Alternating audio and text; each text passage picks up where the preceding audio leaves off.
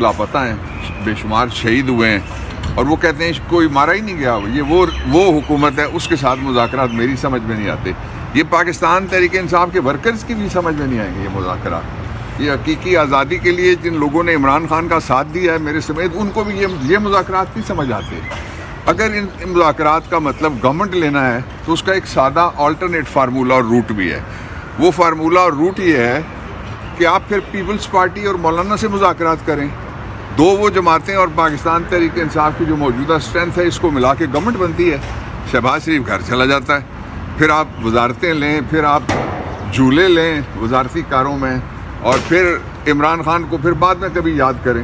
اصل ایشو یہ ہے کہ عمران خان کے خلاف زیادتی ہوئی ہے اور اس کے خلاف 200 مقدمہ بنایا ہے.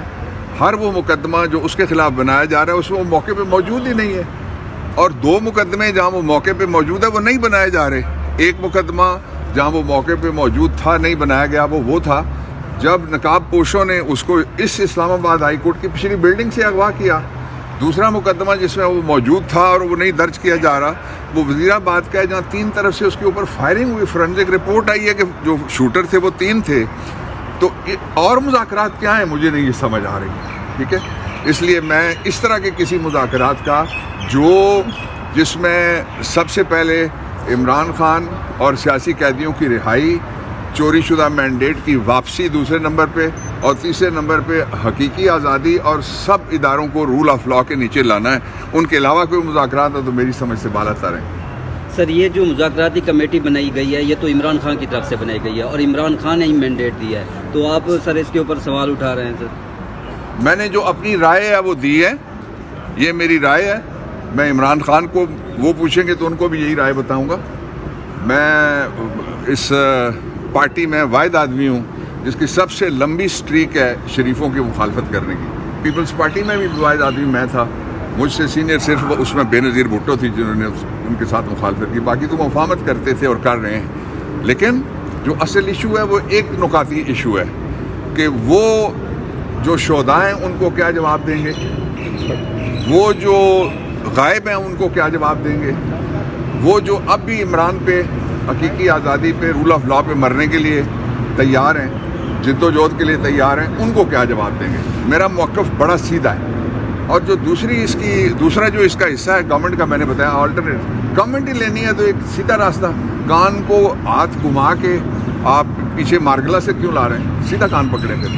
سر, اس وقت جو فیض حمید کا معاملہ ہے سر, اس کی پریس ریلیز ہوئی ہے. سر, آپ سمجھتے ہیں کہ اس معاملے میں عمران خان کو بھی پھنسایا جائے گا؟ سر, یہ جو میرے سامنے پیپر نہیں ہے ان کے اوپر میں کوئی تبصرہ نہیں کر سکتا, لیکن ایک تبصرہ جو میرے سامنے, آپ کو پتہ ہے میں وہ اڑتی ہوئی ہوائیوں کے پیچھے کبھی میں نے جواب نہیں دیا.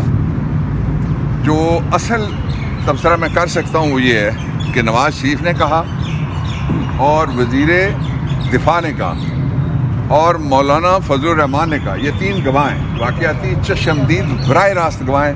انہوں نے کہا کہ ان کو بلا کے جو ہی عمران خان کی گورنمنٹ آئی کچھ مہینے کے بعد جنرل باجوہ نے کہا کہ یہ گورنمنٹ میں ہٹانا چاہتا ہوں. یہ آپ کے علم میں ہے یا مجھے نہ میں جواب دیں؟ علم میں ہے نا, تو پھر اس کا مطلب یہ ہے کہ اصلی مجرم تو ابھی پکڑا جانا ہے. اچھا سر, یہ بتا دیں فیصل وابڈا نے کہا ہے کہ عمران خان کی میں جان بچانا چاہ رہا ہوں اور ان کو جان بچانے کے لیے جو بشرا بی بی ہے ان کو طلاق دینی پڑے گی. اس پہ کیا کہیں گے؟ پہلے جو بھائی وابڈا والے اپنے لائن مین کی جان نہیں بچا سکتے تو کسی اور کی جان کیا بچائیں گے؟ وابڈا چناؤ کیا اور پھر عدالت نے جب ATC کورٹ نے ان کو ٹرانسفر کیا تو اس نے بھی کوئی سپیکنگ آرڈر نہیں لکھا ہے. یہ بھی تھا کیونکہ سپیکنگ آرڈر نہ صرف یہ کہ کون اس کو چنتا ہے اور کس وہ دکھائیں گے کس مدلل مفصل حکم نامے کے تحت کیا طلب کیا گیا ہے, کون سا تشخیص اور تمیز کی گئی ہے کہ ان کو چنا جائے, اور پھر کیا ATC کورٹ نے کوئی اپنا اپلائی مائنڈ کیا ہے کہ اس پر جو ہے کوئی سپیکنگ آرڈر کیا ہو؟ یہ کچھ بھی نہیں ہے. تو یہ بنیادی طور پر جو چناؤ کیا گیا ہے یہ بھی غیر آئینی غیر قانونی ہے.